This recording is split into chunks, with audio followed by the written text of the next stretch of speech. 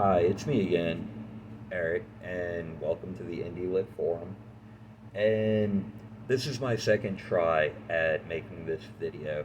I got like 18 minutes into the last one and dropped an F bomb, and I don't know how to edit that out yet, and I don't want to sit on this video for that long. So, yeah, just trying to shoot a video after I get off work at night and maybe a little not in the quite the right headspace, I guess. But we're gonna give this shot. We're gonna give this a shot. What I was, the plan was I was, I, I'm doing my favorite anime out of my personal collection. I came home, grabbed a bunch of stuff off the shelf, stuck it here, and now I'm gonna talk about it. Just like I said, I was 17 minutes into the last video and I can't edit that out. So we're going to give it another shot. Hopefully it works as well as it was working up until then. So we're starting off with Tenchimuyo Onegivenr. And what can I say about that show? It's 12 episodes.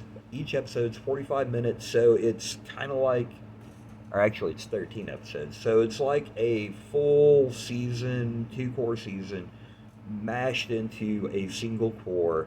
The animation is stellar, the opening is a banger, the closing's still really good, the music's really good, the animation is on point, the characters are all interesting.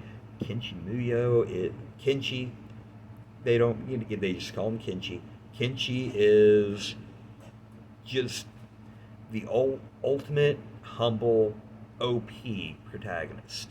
Like there's nothing that can stop him. There's stuff that tries, there's stuff that maybe, gives him pause, but ultimately, nothing can stop that guy, and he's the damn Energizer Bunny. Alright, we're not even in the same order that I had stuff earlier, so once again, my apologies. Next up, we're going to go ahead and do Kinos Journey. Kinos Journey is a show that I watched way back in like 2005, 2006, and it's been one of my favorite animes and just things ever since then. It basically, the animation is great in the original, and it's also great in the Crunchyroll series that they did a couple of years later. Or a couple of years later. They just did that back in like 2018, 2019. That one was also really good. It really did the original justice. And the core concept is there's this girl named Kino. She has a talking motorcycle named Hermes, and they travel from country to country, and they never stay anywhere more longer than 3 days. They go to a country. It's like, how long are you going to be there? 3 days. And through this exploration of this weird patchwork world, you just really, there's a lot of just like political and philosophical ideas that get explored, and a lot of like ideas behind morality get explored too. Like every episode makes you think a little bit, or a lot. Like there's a lot going on there, and at the same time, the guy that made it is like this total gun nerd as well. So like and also I think just machinery in general, because just everything is so detailed and well thought out, and is something that in some they might call it something different, but it exists. Like especially the firearms, like every firearm they use, it exists. They might call it something else, but it's like, wait, yeah, I kind of know what that is. So just really, really interesting show. I can't say enough about it. Just I'm trying to move this along a little bit faster than the last one, so I could say more about it, but we're going with that. Next up, we're gonna do Negimo. Negima is a Negima's a fun show. This is specifically the second season, or Negima with a question mark. They don't really call it the second season because the they actually retell the general gist of the first season at the beginning of the second. Kind of get you caught up on who these people are and what's going on a little bit. But then, from what I understand, I never really read a lot of this manga. I read a lot of the like follow-up manga that the guy did, UQ Holder, and just from references and stuff, and having watched this, the animes, I kind of was seeing some of the stuff that was different. And pretty much with the second season of Negimo, they just kind of went off the rails and did their own thing after episode 4. And it worked well. It's funny, but at the same time, like, there's this, like, sense of dread that they managed to, like, permeate throughout the show. And the character designs are good. The animation, especially in this season, was really good. And another really good one. All right, now we're really going in different orders now, so I'm kind of having to like, okay, what's up? Is it wrong to pick up girls in a dungeon? I believe that was actually the one I was talking about when I messed up. So tone it down a little bit here. Is it wrong to pick up girls in a dungeon? I like all 3 seasons of the anime, but I still think the first one is the best. But at the same time, I've read a lot of the light novels, so I know that there is some really great stuff coming up. And also, it's not like the second season didn't have some great stuff to it. It's just the way the novels were structured with the way the story wound up unfolding, in the anime. There was season 2 just kind of wound up ending on a little bit of a like, eh. But there were some great moments, so it is worth the time. Season 1, though, like the the story in the light novels and like just some of the great scenes from the light novels and where the anime went just matched up perfectly. Episode 4 is like one of the great. It's like, oh wow! But then you get to episode 8, Argonaut, like Argonaut. But you get to episode 8, Argonaut, and it's like, what? I actually remembered I watched that the first time when I went to an anime convention in 2015, back at my hotel room, and then immediately watched it again. I was just so like, and then like the last 2 episodes, episodes 11 and 12, also just really, really spectacular. Like the first season, watch the first season. If you don't like that anime after the first season, then don't bother with any of the rest. You're not going to like any of the rest of it. But let's move on. Alright, next up we're going with Girls in Panzer. Girls in Panzer is one that has really great animation, really great music. The Japanese voice acting is really fun, and the core concept is just like, okay. I mean, I think the first time I was, kind of looking into it, I'm like, really? But it's high school girls and tanks. They're driving the tanks. They're fighting battles in the tanks.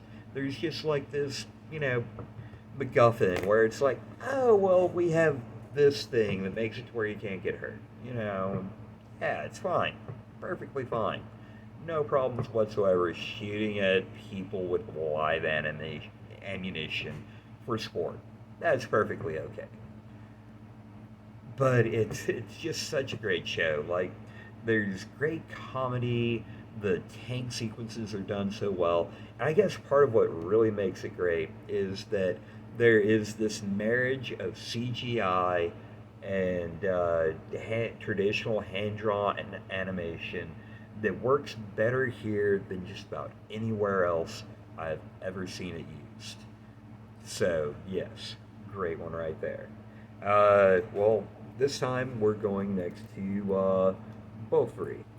Or I don't want to get hurt, so I'll max out my defense. Got that, really long Japanese light novel title going on.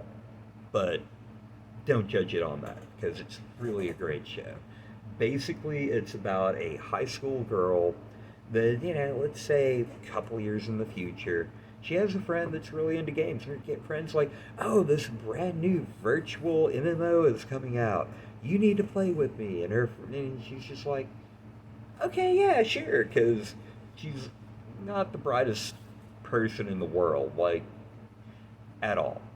And somehow or another, this rather clumsy noob that doesn't really have the foggiest clue what she's doing absolutely and utterly breaks the game. She becomes more powerful and more feared than the last boss because it's like the, her name of the game is Mabel. It's like Mabel. There's a. It's a fun show. I've watched it so many times. I watched the entire thing. I want to say 3 times through while it was airing. Pretty much a new episode would come out, and I'd be like, "Oh, I'm gonna go back and rewatch some of these episodes." New episode would come out. It's like, and I usually wind up watching the same for each episode twice within 1 week.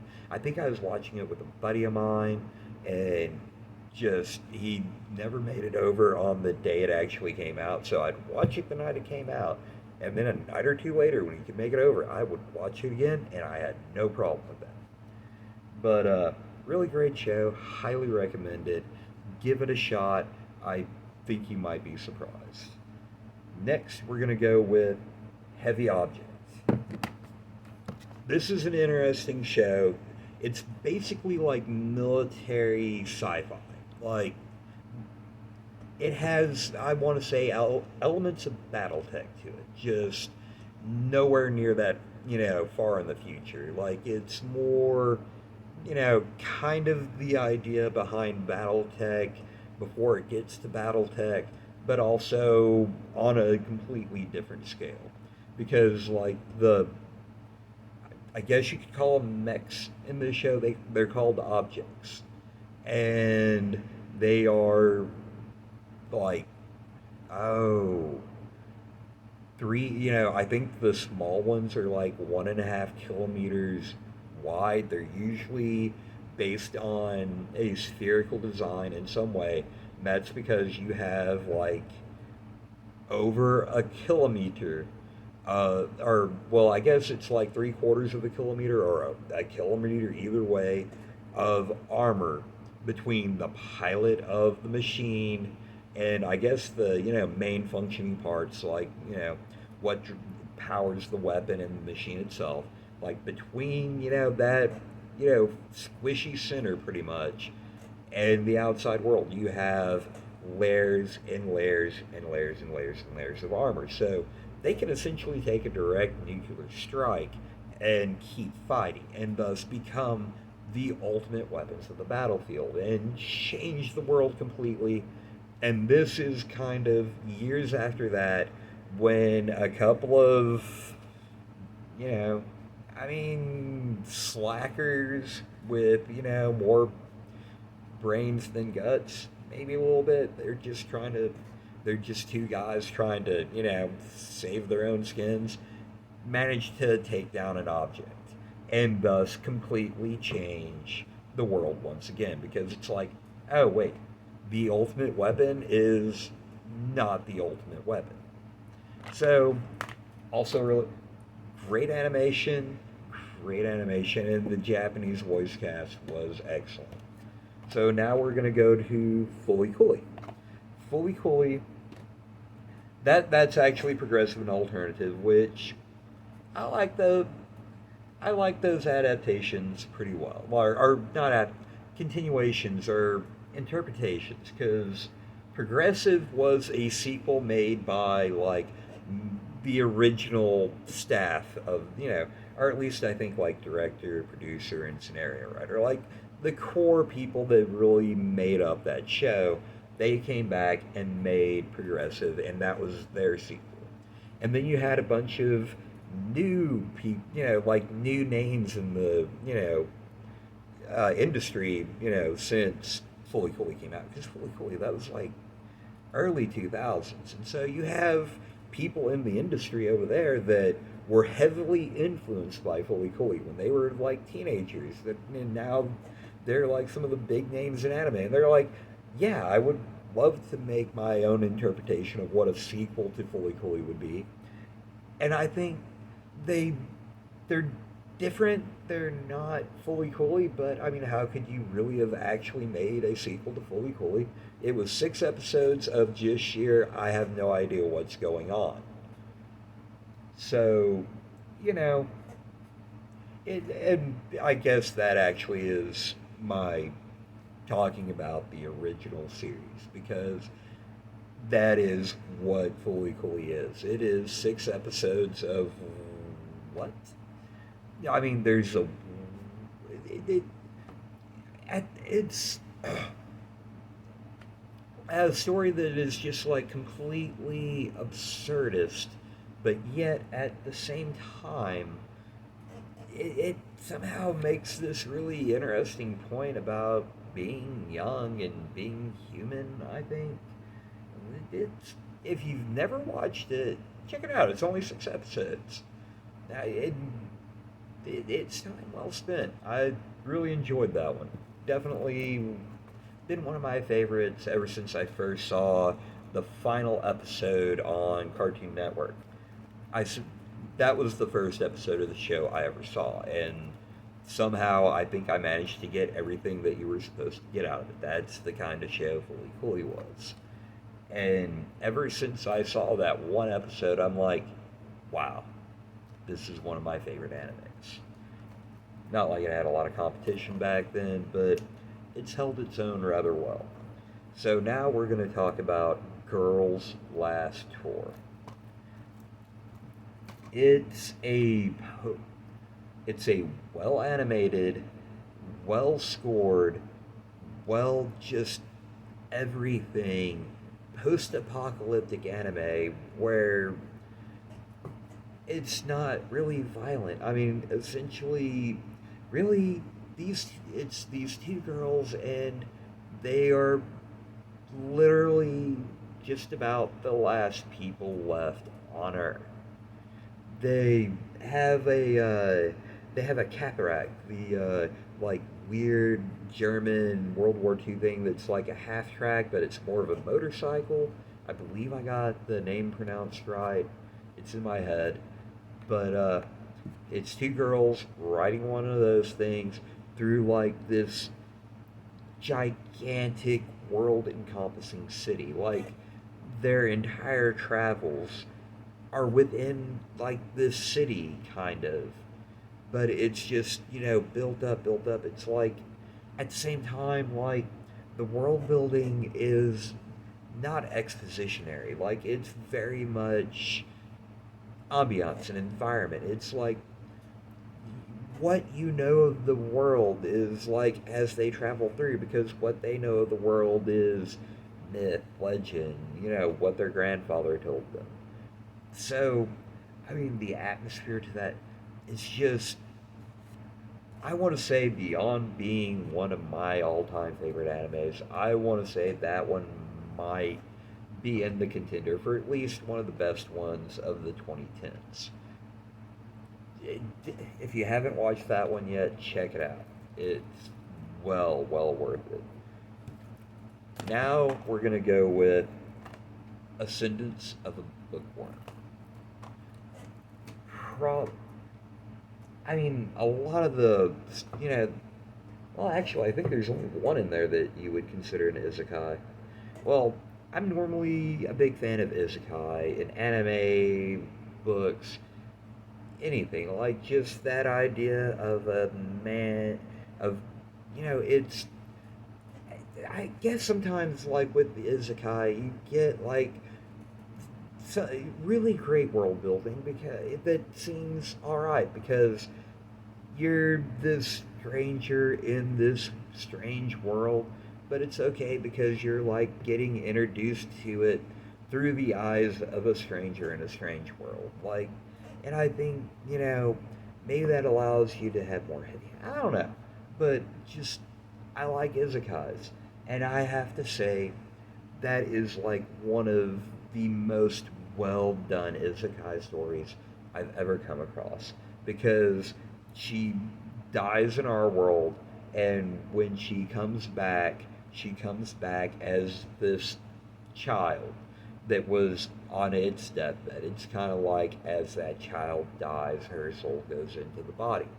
And so she's this 5 year old girl that loves to read, but she is trapped in a medieval world. Or, I mean, almost not even, yeah, medieval. That sounds about right. I mean, almost like early, like basically before the printing press. And so it's like her trying to invent the printing press pretty much. But it's not easy because, I mean, she's 5 and a peasant, like a dirt poor peasant. And the story goes other places, but it does it in an extremely good way. Definitely one of the best anime of the last 4 or 5 years, easy. Would I put that one above Girls Last Tour? I don't know. That's part of the reason why I'm not doing just a straight top 10. I just kind of grabbed a couple of things off the shelf, and it's like, yeah, I can talk about these. These are all really good. Next up, Mysterious Girlfriend X. What can I say about that one? I mean, I think part of the reason why that one's just so special to me is it's one of the first, like, anime that I caught streaming, episode by episode. Like, I I rarely did that with any of the anime I watched on Cartoon Networks back in the day because I worked nights a lot, and so and also yeah, it was like in my 20s sometimes. I'd be hanging out with people, so yeah, I would catch an episode here or there. I could never like. I caught the last episode of Gungrave, and that was the only episode I ever saw. I'm like, wow, that's pretty good. Anyway, I'm babbling about Cartoon Network. Sorry. Like I said, this is my second. Yeah, I've been doing this for like 30 or 40 minutes now. But yeah, Mysterious Girlfriend X. The animation is okay. The character design is different. Like the animation design is somewhat reminiscent of like Mob Psycho 100 in the design, and I don't know. There's just something about that show. There's this air of mystery to the entire thing that they managed to keep going even through the end episode without seeming like a letdown. But that one may belong more on a list of guilty pleasures. But if you've never watched it, give it a try. I don't know. I really like it. I've watched it recently. I'm doubting myself now because I tried to actually. I don't know. I guess it's just hard for me to say just right off the bat what I like about that one. I was gonna go grab another one off the shelf when I was doing the earlier video, but we are well over 20 minutes, so I think I should just stop there and be glad that I made it through this time. So, yay me. If you like this, I hope. I'm not even sure anymore. Like I said, yeah. Like, subscribe, give me a comment. I mean, yeah. I like I said, I hope it actually went well this time. I'm not sure which time I'm thinking of anymore because I actually made it through most of that list before I'm just like, oh. Anyway, I'm going to stop now. Thank you for making it to the end of all this, and thank you for watching. Have a wonderful evening.